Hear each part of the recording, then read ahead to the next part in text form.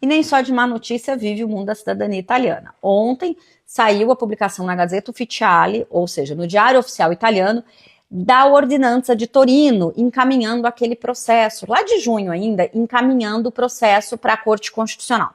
Ok, eu já dei essa notícia, né, que o Tribunal de Torino fez o encaminhamento, mas até agora a gente não tinha nada, a não ser que a Corte Constitucional tinha recebido, tinha um número de protocolo e tudo mais, mas era só isso que a gente tinha. Agora nós temos o início oficial dos jogos. Então, agora, com a publicação na Gazzetta Ufficiale, significa que o início da análise do controle constitucional do decreto Tajani, da Lei 74 de 2025, né, que é a lei de conversão do decreto Tajani, vai ser feito. Então agora a gente sabe que as coisas vão acontecer, vai haver o controle constitucional, a Corte Constitucional vai se manifestar pela constitucionalidade ou não das alterações trazidas pela Lei 74 de 2025, que é a lei de conversão do decreto Tajani. Com a publicação no Diário Oficial, o que acontece agora é o seguinte, abre-se um prazo de 20 dias, ali até 6 de outubro, para as partes apresentarem os memoriais constitucionais, ou seja, para as partes se manifestarem. Quem são essas partes, né? Os representantes das associações e da família, né, daquela família, daquele processo, e o Estado italiano, né, que tem que se manifestar, afinal, o Estado italiano é o autor da lei. Então, ele deve se manifestar nesse prazo de 20 dias.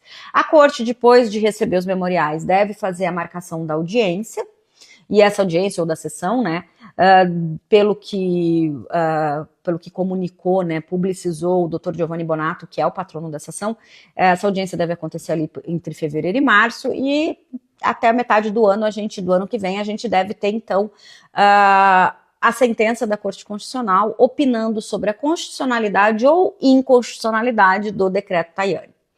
Na verdade, da Lei 74 de 2025, que é a lei de conversão do decreto Tajani, né? A gente aqui popularizou-se, todo mundo fala em decreto Tajani.